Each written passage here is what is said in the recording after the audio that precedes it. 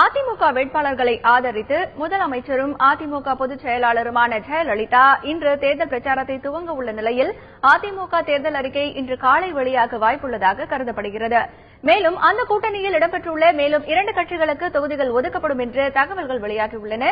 இதுகுறித்து எமது செய்தியாளர் பாஸ்கர் தரும் நேரடி தகவல்களை கேட்கலாம். பாஸ்கர், சொல்லுங்க, அதிமுக கூட்டணியில் இடம்பெற்றுள்ள கட்சிகளுக்கு தொகுதி ஒதுக்கீடு செய்யப்படுவதற்கான வாய்ப்புகள் எப்படி இருக்கு? சட்டப்பேரவை தேர்தலில் அதிமுக சார்பாக போட்டியிடக்கூடிய வேட்பாளருக்கான வேட்பாளர் பட்டியல் கடந்த 4ஆம் தேதி அதிமுக பொதுச் செயலாளர் ஜெயலலிதா அவர்கள் வெளியிட்டார். அன்றைய தினம் கூட்டணி தோழமை கட்சிகளுக்கு 7 தொகுதிகள் ஒதுக்கப்பட்டன. 227 தொகுதிகளில் அதிமுகவும் தோழமை கட்சிகள் 7 தொகுதியில் போட்டியிடுவதற்கான அறிவிப்புகள் வெளியாகின. ஏற்கனவே அதிமுக பொதுச் செயலாளர் ஜெயலலிதா அவர்களை சந்தித்து 13 கட்சிகள் ஆதரவு தெரிவித்திருந்தன அதிமுகவுக்கு. குறிப்பாக இந்திய குடியரசுக் கட்சி, சமத்துவ மக்கள் கட்சி, கொங்கு இளைஞர் பேரவை உள்ளிட்ட பல்வேறு கட்சிகள் ஆதரவு தெரிவித்திருந்தன. தோழமை கட்சிகளுக்கு 7 இடங்கள் ஒதுக்கப்பட்டன.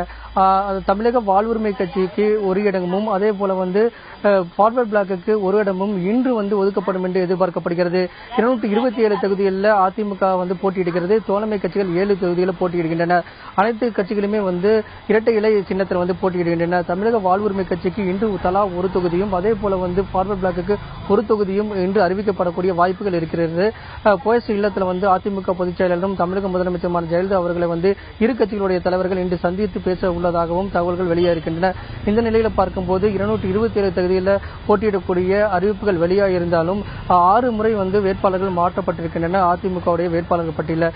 இந்த நிலையில் 2 கட்சிகளுக்கு தலா 2 இடங்கள் ஒதுக்கப்படும் நிலையில் வேட்பாளர்கள் ஏற்கனவே அறிவிக்கப்பட்டக்கூடிய 2 தொகுதிகளில் மாற்றம் செய்யப்பட்டு 2 கட்சிகளுக்கு இடங்கள் ஒதுக்கி தரக்கூடிய வாய்ப்புகள் அதிகமாக உள்ளதாக அதிமுக வட்டாரங்கள் தெரிவிக்கின்றன. பாஸ்கர், அதிமுகவின் தேர்தல் அறிக்கை இன்று வெளியாக வாய்ப்புகள் இருக்கிறதா? 2011ஆம் ஆண்டு அதிமுகவுடைய தேர்தல் அறிக்கையை அதிமுக பொதுச் செயலாளரும் தமிழக முதலமைச்சருமான ஜெயலலிதா அவர்கள் கடந்த முறை தேர்தல் அறிக்கையை வெளியிடும் போது வேட்புமனு தாக்கல் அன்றைய தினம்தான் தேர்தல் அறிக்கை வெளியிட்டார். ஏற்கனவே கடந்த 4ஆம் தேதி வேட்பாளர் பட்டியல் வெளியிடப்பட்டிருக்கிறது. இன்று மாலை பிரச்சாரத்தை தொடங்கக்கூடிய நிலையில் அதிமுகவுடைய தேர்தல் அறிக்கை இன்று வெளியாகக்கூடிய வாய்ப்புகள் அதிகமாக உள்ளதாக அதிமுகவுடைய வட்டாரங்கள் தெரிவிக்கின்றன. திராவிட முன்னேற்ற கழகத்தின் சார்பாக தேர்தல் அறிக்கை நாளை மாலை வெளியிடப்படுகிறது. இந்த நிலையில் அதிமுகவுடைய தேர்தல் அறிக்கை இன்று காலை வெளியிடப்பட்டு தேர்தல் பிரச்சாரத்தில் தேர்தல் அறிக்கையில் வெளியிடப்பட்ட தகவல்களை மக்களிடம் எடுத்துச் செல்வார்கள் என்று எதிர்பார்க்கப்படுகிறது. பாஸ்கர், முதலமைச்சர் ஜெயலலிதாவின் தேர்தல் பிரச்சாரத்திற்காக என்னென்ன ஏற்பாடுகள் எல்லாம் செய்யப்பட்டிருக்கின்றன? இன்றைய தினம் சென்னை தீவுத்திடலில் 20 வேட்பாளர்களை அறிமுகப்படுத்தி அந்த வேட்பாளர் அறிமுக பொதுக்கூட்டத்தில் கலந்து கொண்டு பிரச்சாரத்தை துவக்க உள்ளார் அதிமுக பொதுச் செயலாளரும் தமிழக முதலமைச்சருமான ஜெயலலிதா அவர்கள்.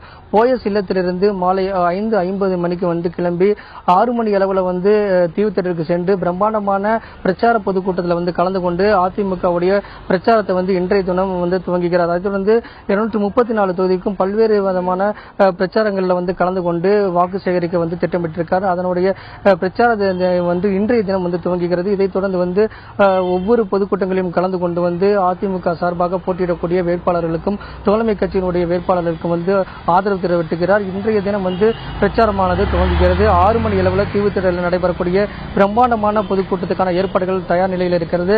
போயஸ் இல்லத்திலிருந்து கிளம்பி அங்கு சென்று பிரச்சார பொதுக்கூட்டத்தில் கலந்து கொண்டு 20 வேட்பாளர்களை அறிமுகப்படுத்தி பிரச்சாரத்தை இன்று துவங்குகிறார்.